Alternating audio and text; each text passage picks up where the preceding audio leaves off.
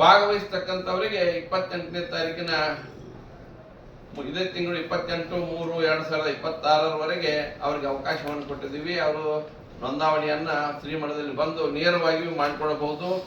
ಇಲ್ಲ ಅಂತಂದ್ರೆ ವಾಟ್ಸಾಪ್ ಮೂಲಕವಾಗಿಯೂ ಕೂಡ ಅವರು ನೋಂದಣಿಯನ್ನ ಮಾಡಿಕೊಳ್ತಕ್ಕಂಥ ಒಂದು ವ್ಯವಸ್ಥೆಯನ್ನ ಇಟ್ಟಿದ್ದೀವಿ. ಅದಕ್ಕಾಗಿ ವಾಟ್ಸಾಪ್ ನಂಬರ್ ಕೂಡ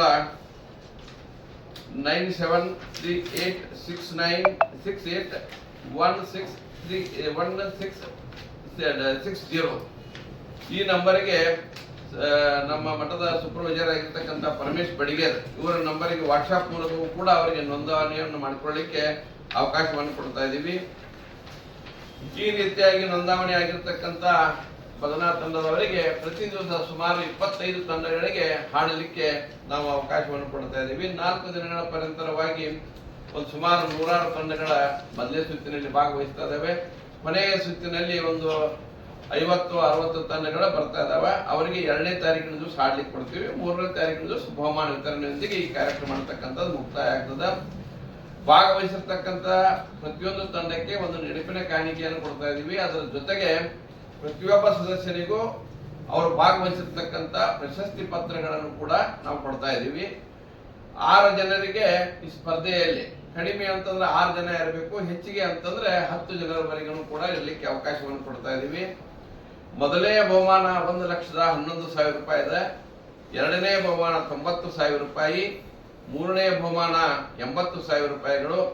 ಸಮಾಧಾನಕರ ಬಹುಮಾನ ಅಂತಕ್ಕಂಥದ್ದು 10,000 ರೂಪಾಯಿ ಇದೆ.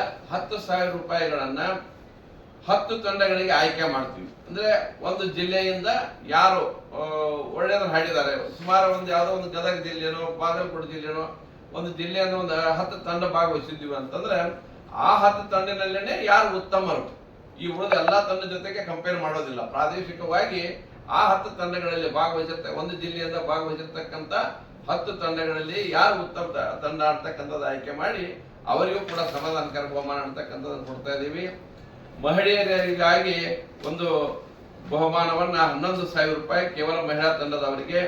ಆಮೇಲೆ 16 ವರ್ಷದ ಒಳಗಿನ ಬಾಲಕರಿಗೆ ಒಂದು ಪ್ರತಿಭಾ ಪುರಸ್ಕಾರ ಅಂತಕ್ಕಂಥದ್ದು, ಬಾಲಕರಿಗೆ ಒಂದು ತಂಡ, ಬಾಲಕಿಯರಿಗೆ ಒಂದು ತಂಡಕ್ಕೆ 11,000 ರೂಪಾಯಿಗಳಿರುತ್ತೆ.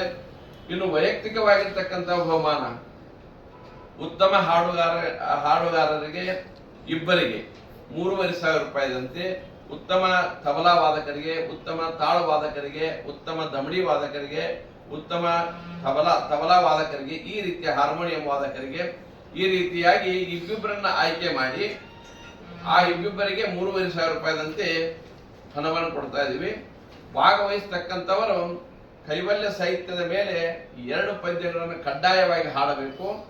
ಕೈವಲ್ಯ ಸಾಹಿತ್ಯ ಅಂತಂದ್ರೆ ಶ್ರೀಮನ್ ನಿಜಗುಣ ಶಿವಯೋಗಿಗಳವರ ಕೈವಲ್ಯ ಪದ್ಧತಿ, ಅದರ ಜೊತೆಗೆ ಸರ್ಪಭೂಷಣ ಶಿವಯೋಗಿಗಳ ಕೈವಲ್ಯ ಕಲ್ಪವಲ್ಲರಿ, ನಂತರ ಬಾಲಿಂಗರಂಗರ ಕೈವಲ್ಯ ನವನೀತ ಅಂತಕ್ಕಂಥ ಇವು 3 ಗ್ರಂಥಗಳನ್ನ ಆಧಾರವಾಗಿಟ್ಟುಕೊಂಡು ಇದರಲ್ಲಿ 3 ಗ್ರಂಥಗಳಲ್ಲಿ ಬೇಕಾದ 2 ಪದ್ಯಗಳನ್ನ ಕೈವಲ್ಯ ಸಾಹಿತ್ಯದ ಮೇಲೆ ಹಾಡಬೇಕು.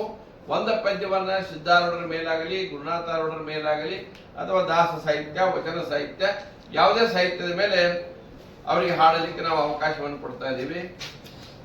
3 ಪದ್ಯಗಳಿಗೆ ಯಾರು 5 ನುಡಿ 7 ನುಡಿ ಪದ್ಯಗಳನ್ನ ಹಾಡ್ತಾರ ಅವರಿಗೆ ಸ್ವಲ್ಪ ಟೈಮ್ ಹೆಚ್ಚಿಗೆ ಕೊಡ್ತೀವಿ. ಇನ್ನ 3 ನುಡಿ ಪದ್ಯಗಳನ್ನ ಹಾಡಿದ್ರು ಅಂತಂದ್ರೆ, ಸಣ್ಣ ಪದ್ಯಗಳನ್ನ ಹಾಡಿದ್ರು ಅಂತಂದ್ರೆ ಅವರಿಗೆ 18 ನಿಮಿಷಗಳಲ್ಲಿ ಅವರು 3 ಪದ್ಯಗಳನ್ನ ಹಾಡಬೇಕು. ಇನ್ನು ದೊಡ್ಡ ಪದ್ಯಗಳನ್ನ ಹಾಡಿದಾಗ 21 ನಿಮಿಷದವರೆಗೂ ಅವರಿಗೆ ನಾವು ಅವಕಾಶವನ್ನು ಕೊಡ್ತಾ ಇದ್ದೀವಿ.